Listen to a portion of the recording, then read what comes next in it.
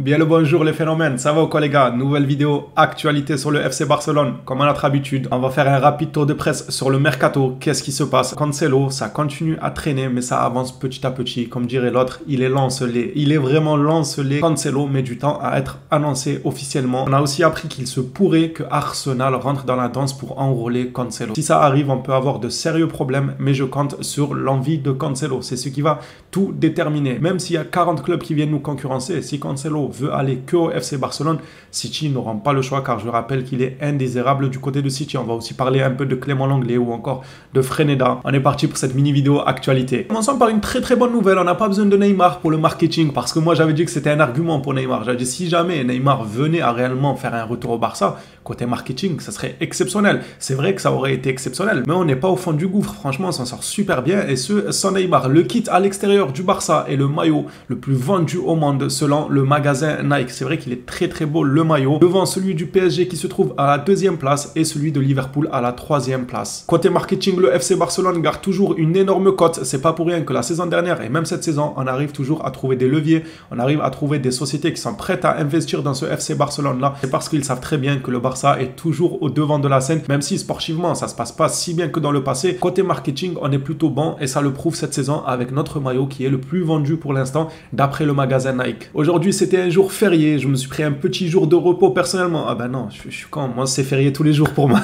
Je suis en week-end tous les jours. Mais Mathieu Alemany et Deco, eux, ont bel et bien un emploi et ils ont préféré travailler un jour férié et ne pas prendre un jour de repos. Ça, c'est du professionnalisme comme on aime. Ça ne m'étonne pas de Alemany et Deco. Mathieu Alemany et Deco se retrouvent désormais dans les bureaux du complexe sportif du FC Barcelone. Aujourd'hui était un jour férié, mais ils continuent à travailler Cancelo, de plus en plus proche d'être joueur du Barça via un prêt. On en parlera un peu plus tard du dossier Cancelo. On a quelques précisions sur la nature du prêt et les montants aussi que le FC Barcelone aimerait verser, ainsi que les montants demandés du côté de Manchester City. Mais avant ça, un petit détour sur les autres dossiers. On va parler de Clément Lenglet, longtemps envoyé du côté de l'Arabie Saoudite. Aujourd'hui, on nous apprend que ça traîne encore et que le joueur hésite énormément car il aimerait rester en Europe. Et écoute, t'as qu'à faire pression sur Tottenham pour qu'ils viennent aligner les 15 millions, qu'ils fassent la même offre qu'en Arabie Saoudite, 10 millions plus 5 en variable. Ils viennent de récupérer... Attends, mais j'ai oublié ça. Tottenham, ils ne veulent pas mettre 15 millions sur Clément Lenglet alors qu'ils viennent de récupérer combien le transfert de Kane? Plus de 100 millions.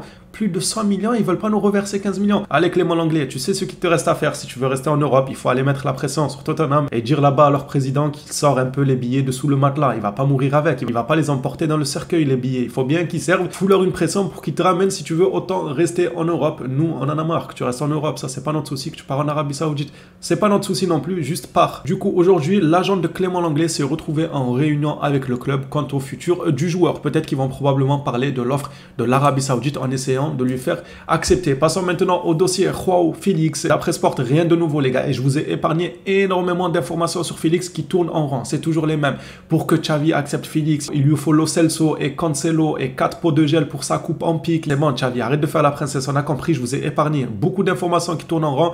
J'ai pris celle-là que j'estime aussi comme étant une information qui tourne en rond, mais si histoire que vous ayez une continuité sur ce dossier, malgré que l'information n'est pas exceptionnelle. D'après Sport, Joao Félix ne veut que le Barça. On le savait déjà, rien de nouveau. Il attendra la fin du marché pour signer avec le club catalan. Concernant Félix, avant de clôturer la parenthèse de ce dossier, comme je vous ai dit, le joueur lui attend la fin du mercato et Xavi lui a des exigences. Il veut d'abord un défenseur droit, chose que je comprends totalement. Ensuite, il veut Bernardo Silva ou Lo Celso et ensuite, il voudra bien discuter pour le cas Joao Félix. Voilà où ça en est ce dossier. Pour l'instant, ça avance pas énormément. Selon Rudy Galletti, le Barça travaillerait sur la finalisation du deal Cancelo pour la fin de semaine. Les discussions avec City sont très avancées. Pas de problème. Ok, total avec le joueur. On a l'accord du joueur, ce qui va nous permettre de rester devant dans ce dossier si jamais Arsenal venait à vouloir nous embêter. Ça, c'est une excellente nouvelle. Maintenant, il y aurait quelques pépins avec Manchester City au sujet du prêt. Le petit pépin en question, le voici. Selon DBR8, le Barça demande une option d'achat de 25 millions. S'ils arrivent à faire ça, pour moi, ils ont été excellents dans la négociation. C'est exceptionnel comme tarif, même si pour moi, c'est un peu bas, mais si on y arrive, c'est tant mieux. On va pas se plaindre que ce soit bas.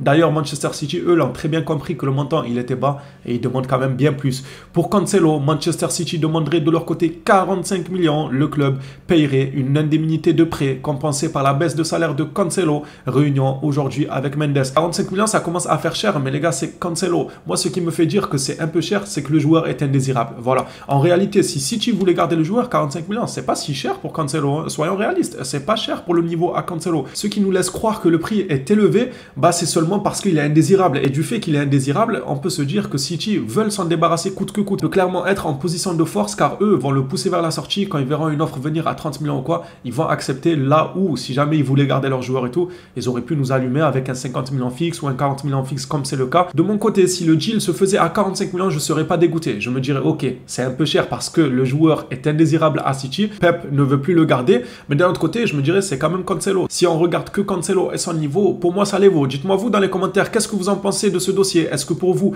Cancelo à 45 millions, c'est très cher ou pas du tout? Ça serait un bon deal. Dites-moi ça dans les commentaires. Hâte de lire votre avis. D'après le journal Sport, la piste Freneda n'est toujours pas écartée. Freneda est toujours une possibilité au Barça, même si Cancelo termine son déménagement vers Barcelone. Carrément, ça nous parle de déménager. Il n'est pas exclu que Freneda soit signé par le Barça et ensuite prêté dans la foulée à une autre équipe de Liga. Si le Barça arrive à faire ça, laissez-moi vous dire que c'est une totale masterclass de prendre Freneda, de le prêter dans la foulée et de récupérer Cancelo. S'ils font ça, pour moi, c'est le mercato plus que réussi. Ne me parlez plus de Bernardo ou de je ne sais qui, ça serait un mercato réussi si le Barça ramène Cancelo. On a eu les Gundogan, les Inigo Martinez, bon, qui a quelques soucis car il n'est toujours pas inscrit pour le moment. Tu ramènes Freneda que tu prêtes dans la foulée, c'est uniquement mon avis. Pour moi, ça sera un mercato réussi. Pour terminer cette vidéo actualité, il y aura un départ en attaque. D'après fan Javi Miguel, tout indique le départ d'un troisième joueur et ça serait un attaquant, soit Ansu Fati, soit Ferran Torres. Les dernières nouvelles nous laissent croire que c'est plutôt Ansu Fati qui serait vers le départ car il a été proposé au Paris Saint-Germain, il a été proposé à l'Atlético Madrid. Les deux clubs l'ont refusé. On verra bien d'ici le 31 août qui va partir des deux joueurs. Est-ce que ça sera Ansu Fati ou bien Ferran Torres? Et sur ce dossier-là, bien évidemment, vous me voyez venir. J'ai une question pour vous les phénomènes. Qui vous vendez entre Ansu Fati et Ferran Torres? Je sais qu'à 95%, les réponses seront Ferran Torres, à part peut-être 5% qui apprécient le joueur. Hâte de vous lire dans les commentaires et voir. Peut-être que la tendance a changé. Avec la saison désastreuse de Fati, là, la saison passée, peut-être que les gens ont changé leur avis et qu'ils n'y verraient aucun mal à un départ de Fati. J'attends vos retours dans les commentaires. Et surtout, ce qui est important, c'est de dire pourquoi. Parce que c'est bien beau de dire Ferran Torres ou Ansu Fati, mais dites plutôt pourquoi vous voulez que ce joueur parte et pas l'autre. Argumentez un peu votre choix. Ça fera pas de mal et ça nous permettra de comprendre vos positions et votre façon de voir les choses. Voilà les Blaugrana, cette mini vidéo actualité est terminée. Pas énormément de nouvelles, mais bon, on reviendra certainement plus fort. On va dire que là, c'est le calme avant la tempête. Prenez soin de vous les phénomènes, on s'attrape à la prochaine vidéo.